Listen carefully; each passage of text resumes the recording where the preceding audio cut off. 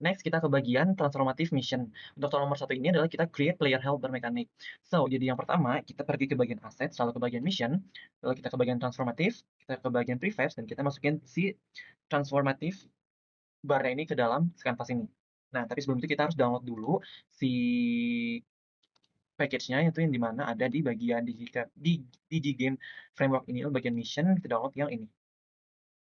Oke, ini kita download dulu. Jika sudah, kita import, lalu masukkan ke sini. Dan ntar ini kita drag ke atas sini, lalu kemudian ntar akan muncul seperti ini. Next, kita akan membuat first person terlebih dahulu. Nah, sebelumnya kita akan mengimport, kita harus download dulu si package first person itu ada di Exploration. Download yang ini, Zetsil Exploration V1 first person. Nah, jika sudah, kita langsung import aja dan akan muncul seperti ini. Langkah selanjutnya adalah kita akan membuat plane terlebih dahulu di sini, di mana plane itu akan sebagai wadah. Kalau udah, kita akan membuat sebuah 3D object. Sini aku pakai cube, cube 1, cube 2, dan cube 3.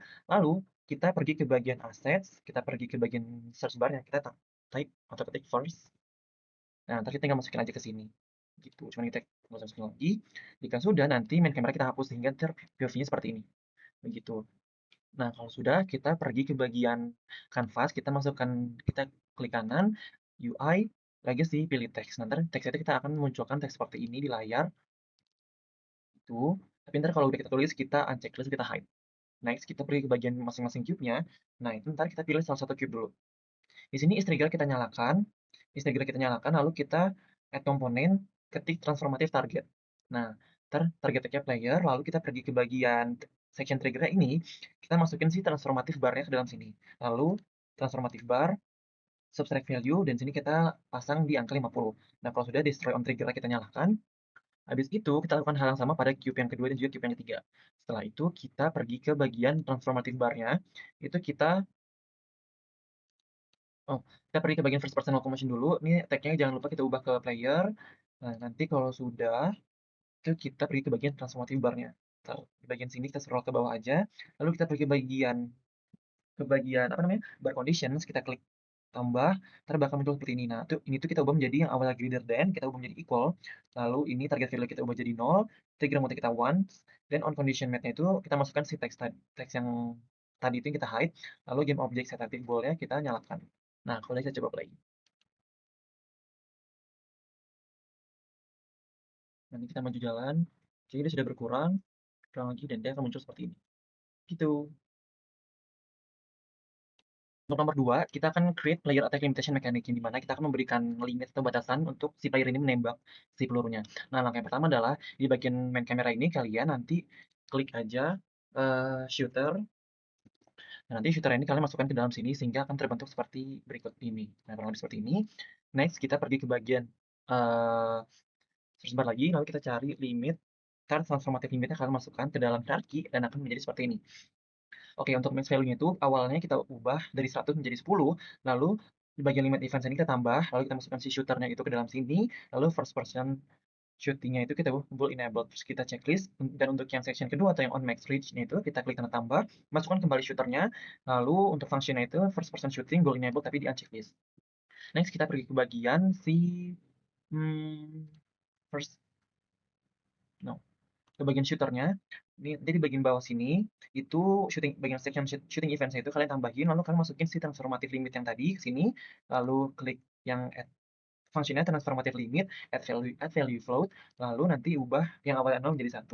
Kalau kita coba play, nah ini fungsinya adalah ketika si menembakkan sebanyak 10 peluru itu mereka nggak akan dia itu nggak akan bisa nembakin lagi. Nah, ini udah 10 kali, jadi mereka udah nggak bisa nembakin pelurunya lagi. Gitu. Ke nomor 3, itu adalah create player experience progress mechanic. Nah, oke, jadi yang pertama itu kita pergi ke bagian search bar ya, lalu kita cari spawner. Spawner. Nah, spawnernya ini kita masukkan ke dalam sini ya. Ke dalam sini. Oke. Jika sudah, nanti kita coba klik dulu spawnernya di sini. Nah, nanti dia akan muncul seperti ini. Setelah itu kita akan di hierarki sini kita klik kanan, video object kita pilih sphere. Nah, sphere-nya ini kita akan masukkan di komponen di inspektor, add komponen, cari rigid body. Nah, di kode seperti ini, lalu kita ubah, pokoknya kita ubah kita drag si sphere ini ke bagian sini supaya dia menjadi prefabs. Coba tarik dulu. Nah, karena dia akan berubah jadi seperti ini. Jika sudah, kita pergi ke bagian transformative spawner, kita scroll ke bawah, ini spawn intervalnya kita ubah menjadi 2, max spawn count-nya itu jadi 10, dan pada bagian span prefabs kita klik tanda plus ini. Lalu kita masukkan sphere yang dari sini ya, sphere yang dari sini.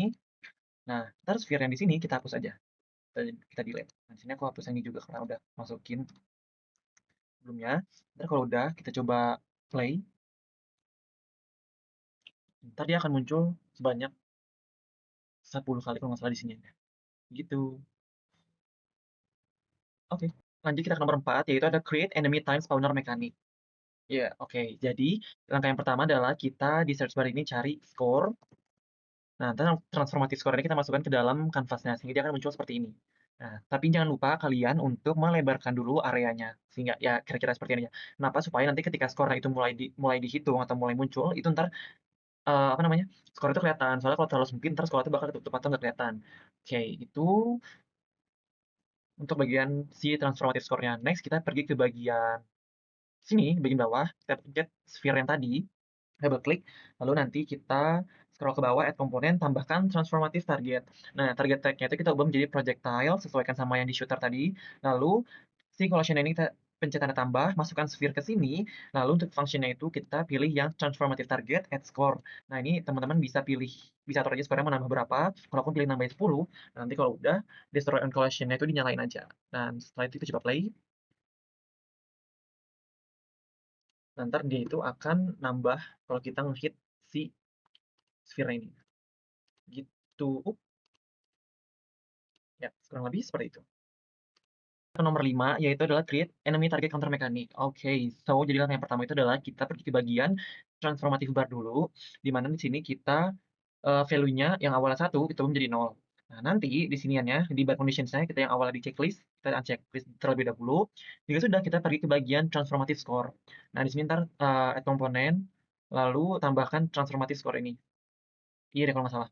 Nah, lalu gitu score conditions-nya klik tanda tambah, lalu ininya greater than, terus nah target score kita ubah menjadi 20, lalu trigger mode-nya kita ubah yang awalnya once, kita ubah menjadi loop. Nah, lalu di sini teman-teman masukin si transformative bar-nya, lalu transformative bar, add value, dan nanti ini ubah menjadi 30. Oke, kita coba play. Dan itu hasilnya kalau setiap peluru kita udah ngehit si bola atau si Sphera ini, dan udah lebih dari angka 20, maka dia akan bertambah si bar di sini. Coba, uh, 1, 2, ini nambah. Oh, udah habis guys. Ya, kurang lebih seperti itu.